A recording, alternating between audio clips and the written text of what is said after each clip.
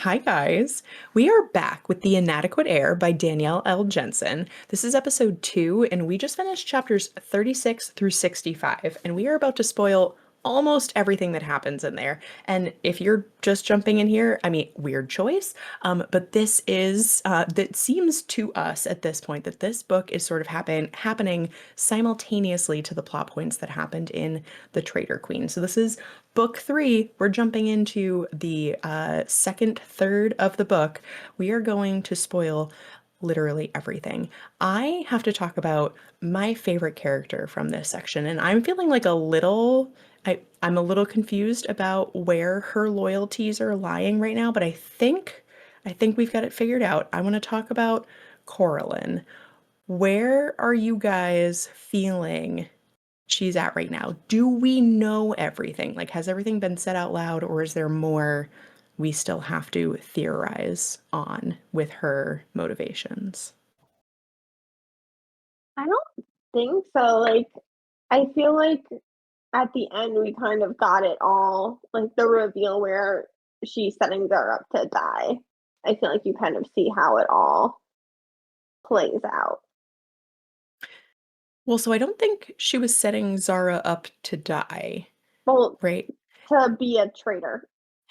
Yeah. And I mean, we're entirely going off Traitor. of what Zara thinks Coraline's motivations were. But it's like as they're sitting down at that dinner, where the sisters are like about to try to, I think theoretically try to kill Silas. Um, Zara realizes that Coraline and Karis have sort of had like two separate plans going on at once, and she feels that Coraline is trying to get her to kill Silas to, I think, like make her the fall guy and then like make the war even more intense because then it would make Silas a martyr. But I don't know why Coraline would want the endless war to like ramp up. I get her wanting to save Karis. Like it was very clear in this section that she cares about Karis like a son. So she wants to save him from what Silas could do to him. But like, do we think that that's what she was trying to do? Was trying to like get all of Maridrina to hate Valcata and then keep Zara away from Karis? Yeah, I took it more as she doesn't like Zara and Karis, which honestly I was kind of happy was came out because the whole time I was like, okay, so Coraline sees everything but like doesn't see this very clear relationship. Like that didn't make a ton of sense. So it was nice having the confirmation that she did. And I feel like it's just a big ploy to keep Zara away from Karis. Yeah, because she wants him to be king, and she doesn't want Zara to get in the way of that. It totally makes sense. And like the whole time, I agree with you, Elena. I was like, honestly, in my mind, there was no way that Coraline didn't know that at least Karis had feelings for Zara. And I think like it became really clear that that had to be the case when Karis realized that Aaron realized that he had feelings for Zara and was like, wow, who else has noticed? And I was like, literally everyone, bud, literally everyone, especially like your mom aunt. Like she knows. But I'm over here in my like optimist's chair being like, "Oh, like she knows that Karis has a crush on Zara, so like she's got to be doing something with her machinations to try to get them together." No. No, she's over here trying to get Zara to be public enemy number one so that Karis has to like publicly execute her and then claim his throne. Well, Savage. and it also makes sense from her perspective that she like clearly puts the harem above everything else and is trying to manipulate Karis in a way because now she knows there's something that he will put before the harem. Yeah, and I she think, wants him to pick family over Zara. yeah. I think that she counts Karis as part of the harem, like he's Yeah, one of the harem's children. yeah. But I just kept hoping that she was going to like connect with Zara and realize that she was like so similar to them and like take her into the fold and like help them find happiness. And like I think maybe like down the line, I'm hoping that she'll be like, okay, okay, like Zara's all right. And I do get her hesitations. I still don't understand what nation the two of them are going to rule together. And like we talked about this in Trader Queen. Like how where did they live? How does this Wait, work? No idea. you think Coralyn's making it out of the next like 4 chapters? That's something else that we have to talk about is like Coralyn, and we weren't sure what happened to her at the end of Trader Queen, right? Because it's pretty much Yeah. following it, plot line wise. How do you guys feel about Coralyn? Do you think that she's not going to make it out of this book? So far, this book hasn't held back from killing side characters. The side characters do be dying. So you think that she is not making it out of this book, Elena? I just don't see how she does. But also, I can't remember how the king dies either, so I can't remember how soon that is. You don't You remember can't how you guys? That's the one thing I do remember. on a ship? Oh, you're right. Okay, now I remember. By his That doesn't daughter. help. Anyone who's chain reading these books like just rolled their eyes. But I'm here to remind you guys that we took months long break in between The Traitor Queen and this book. So Elena has a good excuse. I just What's my really enjoyed excuse that if I scene. read this like 2 days ago and I barely remember? It's fine. That though, that is like that's part of you as a reader. We have come to expect that. We need to like just brief you on what you read, you remember, and then you're good to go. It's great. I personally think she makes it out. And like, I don't know if it's just that I love her so much, but I feel like she's too important plot-wise, and I feel like she can do so much more. I also didn't think that two other characters were going to die in this section, though, so I am probably entirely wrong.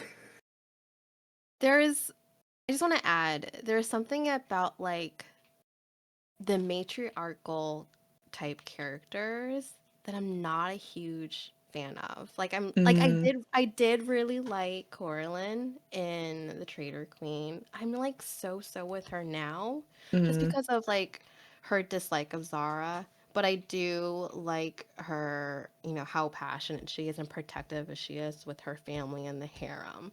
But to add to that, like the Empress. And what was that? What was Aaron's grandmother? Like, I wasn't like a huge fan of her either. I know. I can't think of what her name was either, but yeah, I know what you're saying. It's they've all got sort of a similar vibe. And that's why I think with Coralyn, I can give her the benefit of the doubt because the Zara thing seems to be like her one transgression in my mind. And like I get it because if we look through her lens, she loves Karis. He's like a son to her and she wants him to be king. Zara does not factor into that. Like she is going to be the ruler of their enemy, like nation. So there's no way that that works out. So I think that Coralyn probably believes a lot of the rumors about Karis that he just like has a different woman every night. So I don't think she sees this as something that is as lasting as it is. I think she sees it as like, why this random hoe? Like you can have anyone else. Like why would you go for Zara? So I understand in the moment her using Zara as this pawn, and she didn't want Zara to die necessarily. She wanted her to still be alive at the end of this and take out Silas for her own, her own reasons and to keep Karis from what Silas could do to him. So I think we could get there with Coralyn, and I hope we get that opportunity. So I'm hoping she is not going to die. I could see it going either way. Yeah, Like, I think, like, wasn't she being tortured at the end of the section? for sure, some kind of torture. All we know is she's in the hole, and that is Oh, that's where right. Yeah. that's where the wives go that Silas isn't happy with. So I'm just imagining some sort of like really like I'm imagining almost like the false bottom of the chest that Zara's in, but like even worse.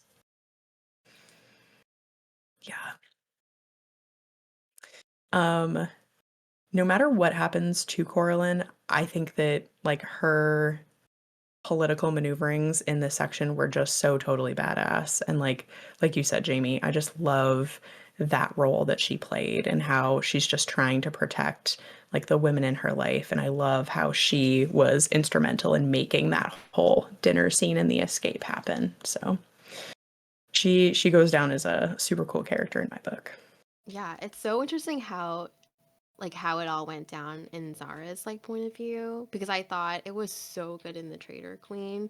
Mhm. And I thought like Karis was behind it all, but he was just like a piece of it. Yeah, and like, we saw Coralyn meet with Lara and like, we knew that she had a part to play in it, but I had no idea that Zara had that little piece. And this was such a cool scene to see from her point of view. Um, you mentioned the Empress, and I feel like we have to talk about the Empress because we had nothing nice to say about her in the last episode, and I have even less to say that is kind to her in this episode. Honestly, I have worse things, and I'm wondering if there's like some extra layer to her duplicity and just like serving up Zara on a silver platter. Like I'm wondering if there's something there that I'm not seeing and I'm being like I'm judging her too harshly too quickly, but I'm good with it. I just like I hate her. I want her dead. I'm not a fan. And I feel like Yeah. we got a lot in this section that makes it seem like she's possibly even worse than what we thought she was. And I just want to get you guys' thoughts.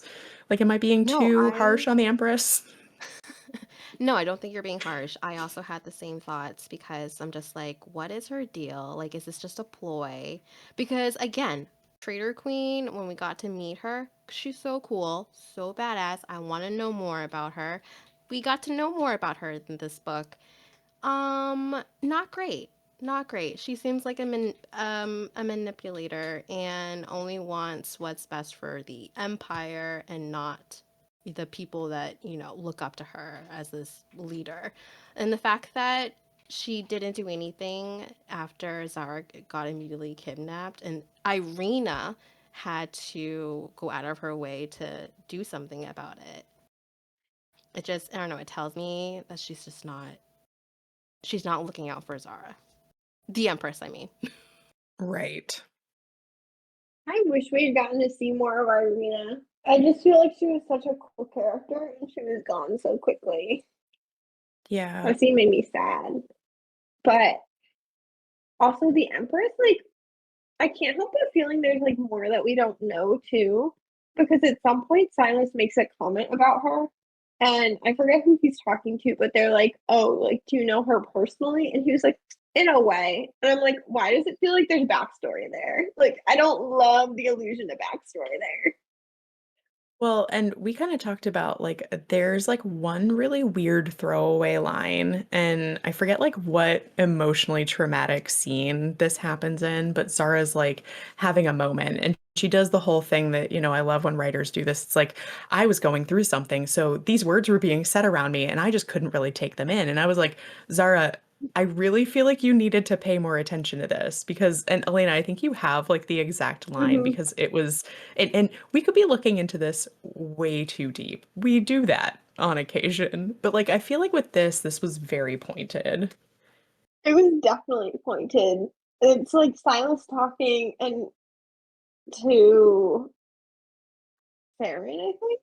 And Saren's like the former. My spies tell me Petra is struggling to silence the woman's father. And the woman has to be Zara, right? Like there's no other woman of note in this book that they'd be talking about. So struggling to silence the woman's father as effectively as she did her mother. What? Yeah, and like that with us finding out that like Silas and Petra definitely have some sort of behind the scenes relationship. It's like I don't think that it would take too many more steps to say like, oh, so we also learned that like Petra and her sister were at odds because her sister was a pacifist. Like, could Petra have maybe asked Silas to I don't know, dispatch of that sister that could possibly have taken the throne that she wanted, because we learned that too. Petra was not in line to be the heiress for to be the empress. Like it sounds to me like Petra had Zara's mom killed and that her dad is possibly still alive. Yeah. Also, like it was deeply like I feel like it was implied Zara thinks her dad is dead. Yeah. Oh my goodness. Like, that's even worse. That's even worse than what Petra definitely did, which was, I don't need my niece back. Like, you do whatever you want. I'm not negotiating with Silas Valiant. And I was like, for real? Like, theoretically, she is supposed to be Petra's heir.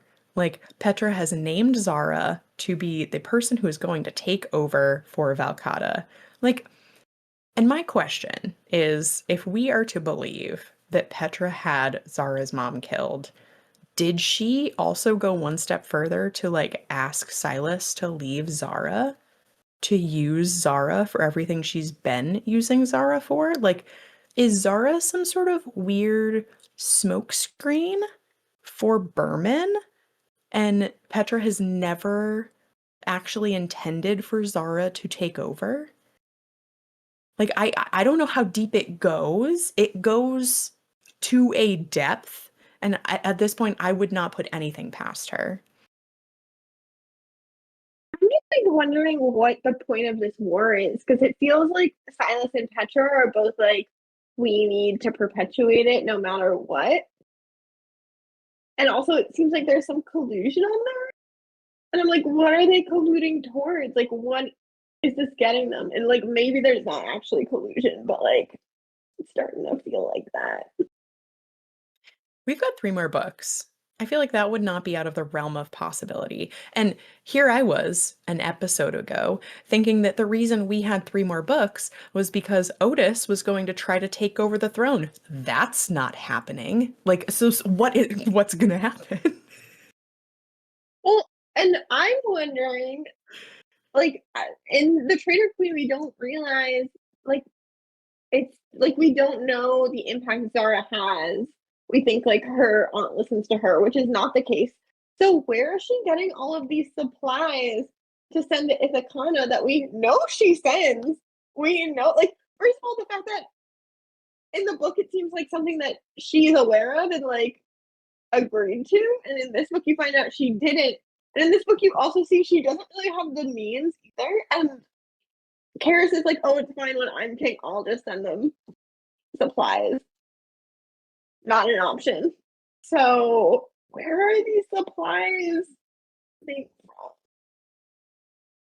That is a really good question because talking about the Empress means that we have to talk about the fact that we know from the Traitor Queen, Zara does get back to, I think, Nerastus, right? Like, and, or is it, yeah, it's in Valcata that she is with the Empress and meets with Laura and Aaron. Like, she's back at her right hand. What does that look like? Oh, Jamie's pulling out the map. Again, Piranot? Pernot? Yeah, Is that where Piranha. the Empress is? Yes, yeah, because it's after their like trek through the desert that they meet up with the Empress and Zara. So it's like Zara, at minimum, knows that her aunt was okay with her being dead. So like, what does that relationship look like? Does does the Empress have to do some sort of backpedaling now that Zara's back, which she had no intention of Zara coming back? So, like, does Zara have some pull with the Empress to be like, hey, we've got to send supplies to Ithacana? Like, I don't know. Any theories? No, literally zero. Someone raids a Stop and Shop, just sends it north. Head Mobile empty. order. That would be my only theory that I'll throw out there, is that I wonder if the Empress doesn't know what to do now that Zara's back. And she feels like she now has to placate Zara in a way where it's like a you might know, but I'm not going to say it out loud because you also might not know, but I'm going to like keep you in my good graces. So maybe you I don't say don't anything think about the she fact that I might have killed your cares that mom. much. Like, I just don't think she's one to like try and hide her actions. Like, her and Silas feel very similar in that to me, where like they're gonna do what they're gonna do, which it makes me be like, Zara sends them somehow, and the question is like, where is Zara just getting these supplies? And like, it's I think she's I don't know. My guess would be that she starts organizing like more pacifist movements behind her aunt's back in some way or another. Yeah. To your comment about Silas and the Empress being the same, though, I think it's Karis that says, or Zara is thinking it, that the key difference between Silas and is her name Petra? Is that her? So yeah. Petra. The key difference between them is that Silas was always very upfront with Karis, like, I don't like you. Like, I'm okay if you die, it's fine. Like, Silas was at least always very upfront with how, like, he cared more about his country, whereas Petra has always been like, "Oh, Zara, I love you so much. Like, you are, I like, you're my girl." And I just, Remember when I saved you? right though. And it's like, I don't think that she's doing that to like make Zara feel better. So what is she getting out of gaslighting Zara? Like getting Zara to think that she cares about her. She's got to be getting something. I think it's just what they said earlier in the book. She's trying to make Zara into her, like in her own image. Maybe. But also, like Silas does openly tell Karis he does not like him, but then we also get the scene where Silas is like, Karis is basically my only son right now that could be It's like my king. horses keep dying, so I've got to this might be the only horse in the race right now. Yeah. Ugh, they're all such bad people. I love Um, that. You made a comment saying that like Silas cares about his country, but he really doesn't. And but I love that Karis is the one that is like spreading rumors around with like the townspeople yeah, and like starting like mobs. Jamie, I especially want to get your take on Karis inciting a mob murder of Saren's spy because me personally, I thought it was hilarious and I was like two thumbs way up, but it was very similar to when he ordered a man whipped to death, which I know like you specifically were not a fan of that move. So how did you feel about this one? Like did you think they were similar at this point or are you just like, yeah, Karis? Yeah, they are similar. Like he didn't quite do the dirty work himself. Um at this point it's just I guess it's very Karis and I did like that scene. Yeah. Also, Karis alluded to this being the fact of what was going to happen early in the book. He was like, "I don't play these games because if I play them, I'm gonna win, and when I start playing with people's lives, I'm not gonna stop." So he's popped the Pringles can, and we're just gonna have to keep expecting him to randomly execute people, but not himself. He's going to have other people do it for him. Except Otis, R.I.P. Otis. R.I.P. That was Otis. an All right, accident. we gotta talk about Otis. Guys, I did not see that coming for a second. I'm over here, episode one, being like, maybe Otis and Irina could maybe find love, and like, they both dead. Like, Elena, did you see it coming? Were you like, Otis is absolutely not making it out of this section, but I'm not gonna slow Brooks roll? Well, not this section, but I felt very valid in my "there's no way Otis and Karis ever make up" standpoint. Will clearly be an issue between them at some point. It happened It much just quicker than I thought it was going to. You had me convinced for sure, but I was feeling like book 4. Like, I thought this was going to be dragged out. I thought Otis was going to go for the throne. And I mean, like, he did. But 5 minutes after he went for the throne, he was dead. It was very quick.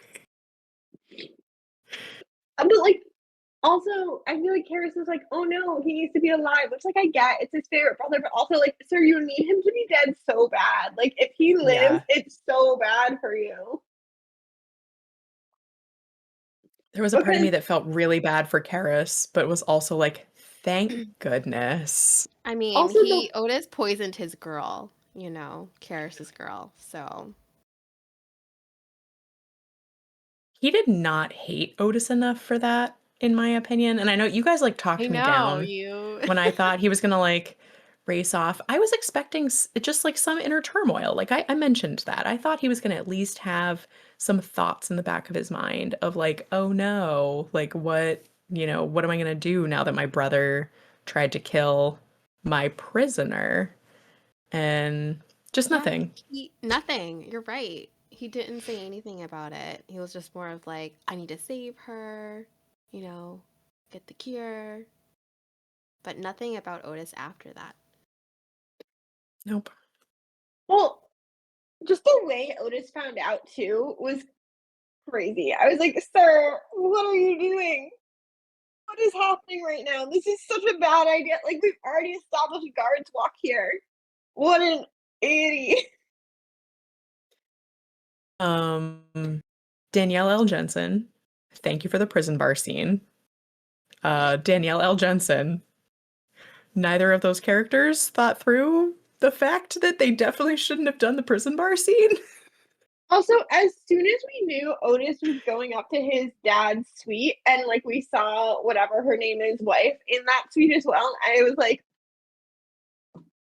"There's no way she doesn't come out of the room, right? Like, no way she just stays in the room and he doesn't see her."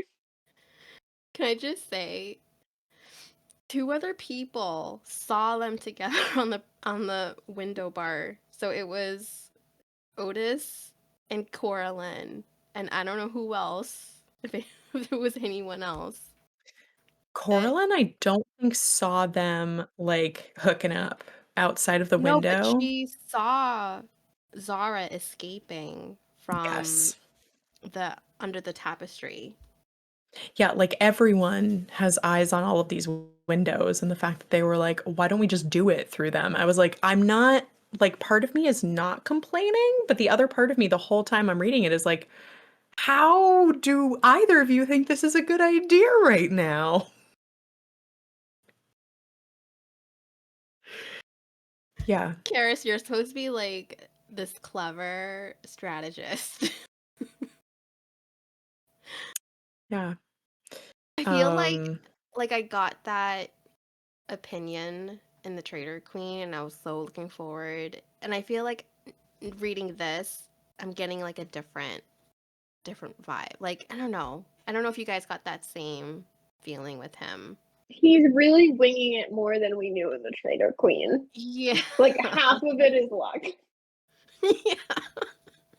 I do think that he has a good like brain for strategy because again, like even though like everything is sort of like not going exactly to his plan with the escape and everything, like if even him just like sowing the discord amongst the people of Maradrina, like that does a lot. Like the ripple effects of that work are fairly large. So I'd say like that is really impressive. And then like how he's dropping hints to Zara while talking to his father, and he does like get it across to her like that does work. And it's just he is very intelligent, and I do like to see that, and I like to see how he continues to like move with the punches of things not working out.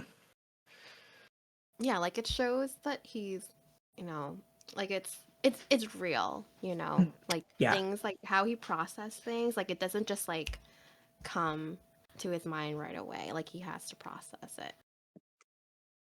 I And I am really sad that the hiding in the bottom of the trunk didn't work because I was like, oh, they haven't gotten to spend any time together. We're gonna get to see the like cute like cuddle in bed like reunited scene. Immediate no. What part of the first two books made you think that we were going to get a scene like that in this one? I could hope like oh like the last time we had time alone, I hated you, but I've come to see that you're not that bad. We can have a serious like heart to heart and bond. I feel like that was them making out before he shoved her into the trunk. That was your moment. Boo. But this guard is definitely dying, right? Like, I love how at the end of chapter 65 was her being discovered in the bottom of the trunk. Like, we know Zara doesn't die, but the guard is definitely super dead, right? Hmm. Yeah. How do we think she gets out of this? Like, how do we think that Zara can get to that point of getting out of the palace? Is this where Saren dies? This has to be where Saren dies, right? Like, I don't think Saren is dead. I don't think you kill Saren halfway through the series. I don't. but he's in the room. He's You're not. telling. He's not in the room at that point, I don't think. I think Oh, I he was thought he like, was. guards, search this room. I'm gonna go do more Oh, important things. So I think it's just the bummer. guard. Bummer. I'm pretty sure. Um, I will also remind you of the very, very end of the Traitor Queen, where an assassin shows up to kill the other sisters in the mountains. So I definitely think it is implied that Saren is alive and well at the end of the plot line of the Traitor Queen. Yeah, I don't love it, but again, I don't know. I think you would have to introduce another villain-esque character if you were going to kill Saren in book 3. That's fair. Because like Otis isn't here to challenge The Karis for the Empress. throne. You're right. We do have the Empress. She is definitely a villain, for sure. Would put money on that. But yeah, I think Saren makes it out of this book. That'd be my assumption. Brutal. Yeah, maybe he's like a book 4 death. Yeah. Although, Elena, you could still get your scene. Like, what if Zara just like pops out of the trunk, murders the guard, they dispose of his body, then they snuggle, and In the then blood? escape? A I mean, classic no one bathes ever. See? Zara would probably be totally fine with it. We all know Karis would be throwing up everywhere. Which honestly, can I just I didn't say enough about this in the first episode. I love me some representation for other people that can't do the queasy stuff. Like I love every time Karis is like, give me just 1 minute. I'm like, yes. That's me. I can see myself in this book. Great. Um, I feel like we deviated from Otis possibly too quickly. No one's upset. Who cares about Otis? Right. Okay. No, all right. So we didn't deviate too quickly. Everyone hates Otis. Great. We do need to talk about Irina more because I feel like those two deaths were very different. Where like Otis died doubling down on being an asshole, and Irina died proving that she was a better person than I thought she was. I was gonna say, Brooke, do you remember last time when you said, do we think Irina is gonna be like Otis and not accept Zara at all? I do. I do. I doubted her and I feel bad about it. I thought that I would have more time to make it up to her before she inevitably died and I didn't. And I will forever regret that. Did you also notice when Zara literally like word for word said what you said in the last episode and Zara was like, "Oh man, Otis and I are like the same person." And I was like, "That's what Elena said." Because they are. They literally, I think, are very much loyal to each other. Yeah. Um, but I don't know. Irina was sad, and it made me sad that Karis didn't tell her immediately, even though it made sense. But I did like the scene where she was like, "You're not telling me something. She did it herself, didn't she?" And he was like, "I did it." That was such a good scene for so many reasons because she like Zara did have the immediate like, "Oh my God, how could you not tell me?" Like what do you mean? But then the fact that it ended with Zara realizing there was no way that Karis killed Irina. It's just like, oh, wow. Like this is simultaneously so heartbreaking because of Irina dying for Zara, but then like Zara realizing that she knows Karis really well. He's a good guy. Yeah. Oh my God. And Irina realizing that who he was because she of the jacket. She smells his cologne The and she was book, like, oh, yeah, the yeah. stars. Well, What's she the knows her scent girl. profile? Send profile. Yeah. It was like bergamo, however you pronounce that. Bergamot? Bergamot? Bergamot? I don't Bergamot? know. How is that how you pronounce it? Bergamot? It's definitely not bergamot. I think it's I thought the bergamot. T was silent. Apparently it's a hard T if Elaine is to be believed. I'm not. Ber I should bergamot? never be a Greek. I'm looking it up. Ber Bergamot. bergamot sounds Bergamot. like a word that I What's would the never want something to pronunciation smell thing? like. Um, but yeah, I was like, that was definitely in it because that's one of Did you those know it's words. a citrus? No, I did not. Um, yeah, Bergamot. bergamot. Huh. See, I'm over here trying to pronounce it all fancy like with with a silent T. But yeah, Irina's death was sad, but I was glad that we didn't like take 17 chapters to be like, how could you not tell me that you killed my friend? I Oh my God. distrust you now. So I really liked how it was handled. I Yeah. appreciated that. I think finally I need to talk about Saren because I feel like he's been doing a whole lot.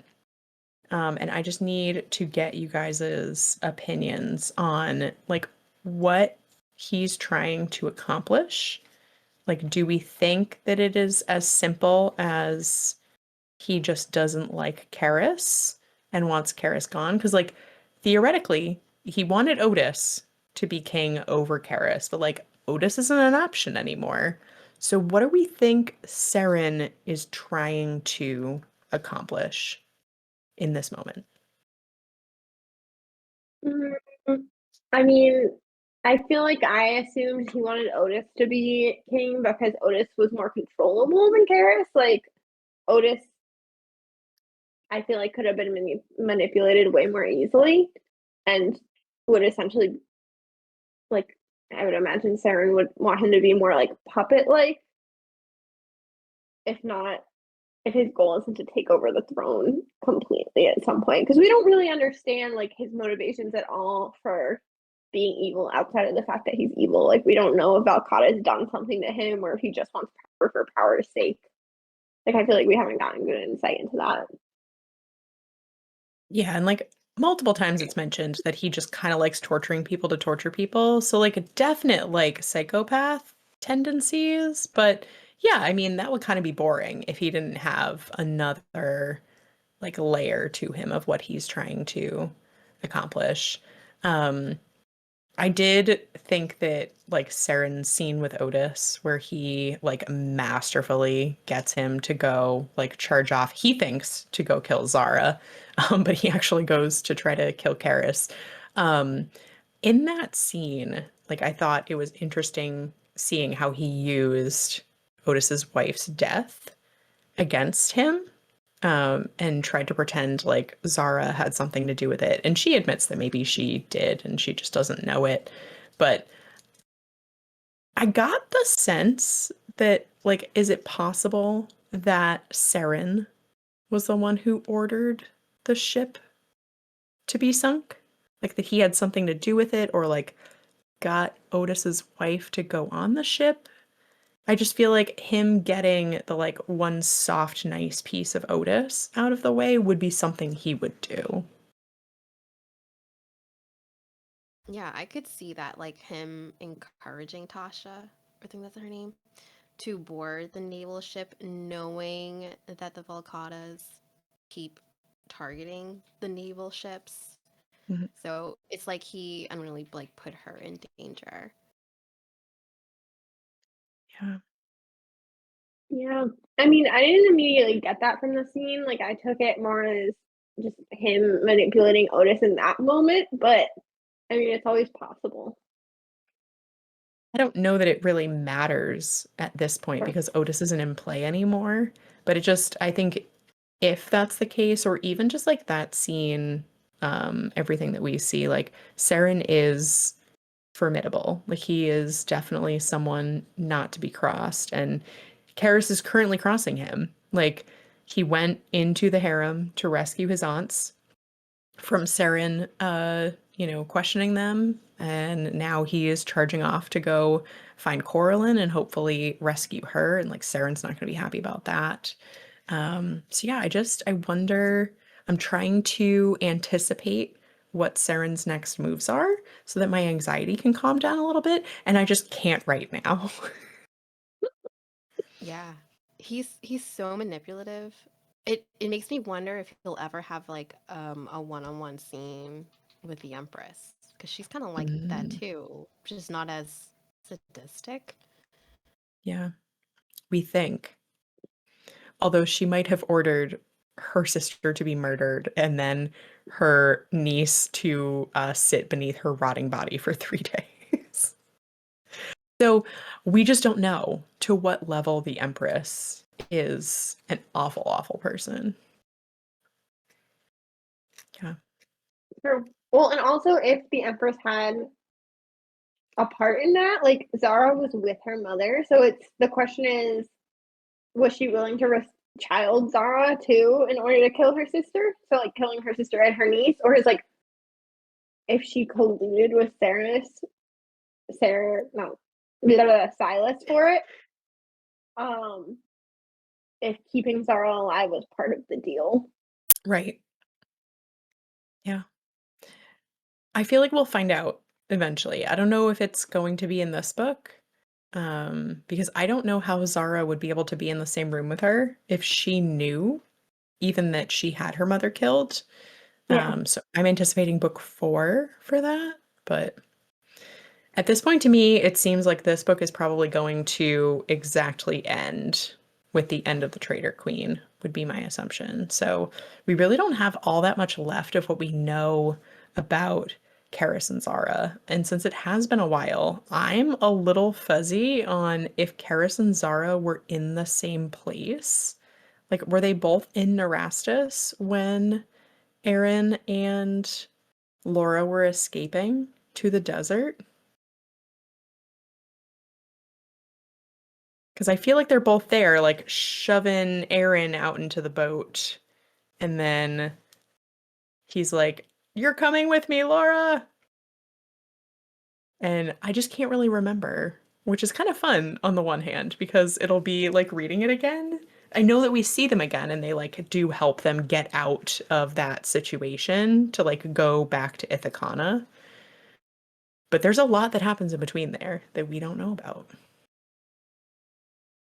Yeah, I don't No. remember them being together Yeah, at the end. which is sad. Yeah. Predictions for where their story is going to go? Like any next moves from where they're currently at? Further projections? No. I mean, it would be nice at the end of book 4 for there to be like whatever it's called, a joint marriage arena and oh my god, what's the other? It starts Uh, with an N. The other Nerastus? kingdom. Yeah.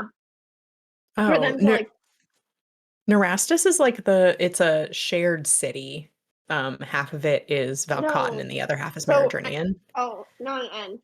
So Valcotton and Meridrian, like if they roll it together, is like because they've been fighting over the land in the middle for so long that it feels like the clear goal would be for them to rule one big one together. Like through marriage. If That's what I that's what thought They they too. Like want. how would the war end? And I thought, Hmm. oh, maybe a union.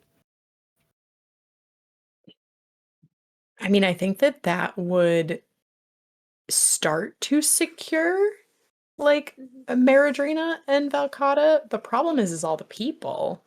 Like even if you've got like Zara and Karis being like, we love each other, we're getting married, and we're going to like jointly rule our two nations together, all the people are going to be like, yeah, no. Like all the Meridrinians will defect to Ithacana. They're like King Aaron all the way. I don't know what the Valcottans will do, but yeah, it's messy. It's real messy. Did you guys remember when we read the Traitor Queen and during the dinner scene that the other ambassadors were there, specifically from like Harendelle and um I can't pronounce the other one, but begin with an A. Hmm. Yeah. I don't like. Yeah, I think it was nice seeing Zara having the conversations with them because like I don't think I remember reading that in the Traitor Queen. I remembered they were present. I remembered nothing about them. And so I agree with you, Jamie. It was nice. Like I felt like especially the Herendellian guy, like he very much had like a nice personality. Like he felt bad about the Empress being a huge bitch. Like I liked that. And I think it's Amarid. Is Amarid the Oh, country? And yeah. the Amaridians, and they're the ones that are Hmm. constantly like attacking the islands of Ithacana, to put them into context. And they seemed like assholes. Like that guy, I was not a fan. So yeah, I did like having the delegates from those countries there. And I hope that we do get to see more of them. And I think that we definitely will in the last two books, because our assumption, I think, is still that we're probably going to do some Herondale stuff at that point. But yeah, I have no idea how they're going to get this war to end because yeah, Karis and Zara just like holding hands and being like, it's over is too easy. We need three more books worth of content. Yeah, I'm guessing that in the next book they'll just have to like continue that mask and like that secret forbidden romance between Yeah. them. Yeah. And I also wonder how we're gonna get from like right now we're very much in Maridrina and like kind of away from Ithacana. And we have to go back to Ithacana at some point in some capacity, I think. Otherwise, like I'm pretty sure book 5 is about Anna and Harendelle. It's like how are we pivoting? Because like the Traitor Queen had a lot of Zara and Karis, so I'm assuming book 4 will start having more about Anna and whoever the Prince of Harendelle is. Yeah. So it's like, how is that going to play into? Because that is a completely different place.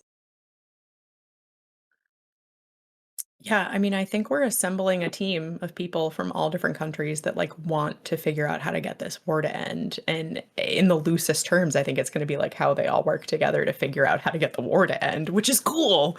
Like I like that it's not like a super easy roadmap to predict at this point because it is like it's a huge mess. Like everything is a huge mess, and it's going to be interesting to see like how the different types of people all work together. Like the slightly more meathead that is Aaron, and like how is he going to like help in like Laura and Karis and their like cool strategy brains, and then like Zara's over here and like she's a little more like Aaron, and it's like how are we gonna all use our skills to Oh bring my god, peace?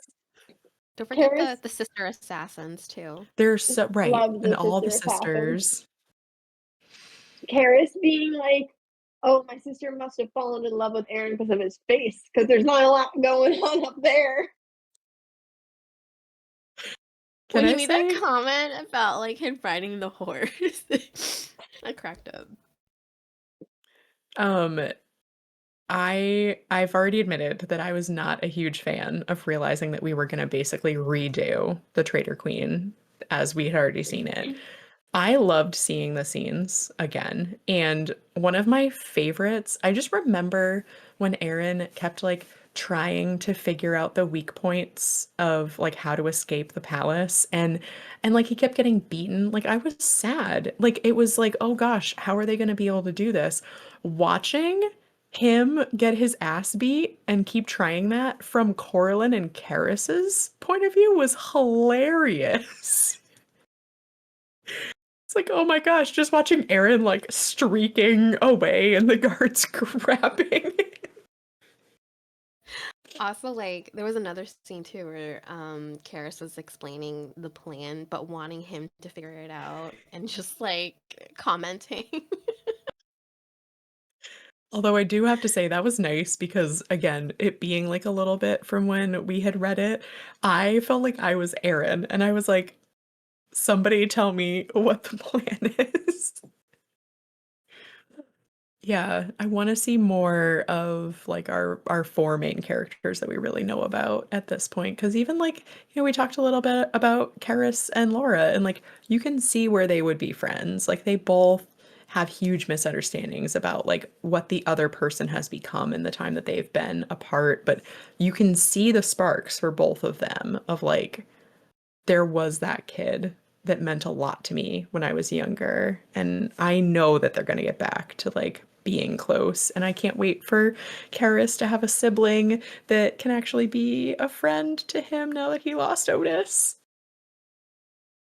Otis was kind of a mid friend anyway. Karis can do Yeah, better. right, right. Like it's going to be an upgrade, but Karis is still allowed to be upset, even though we know he shouldn't be.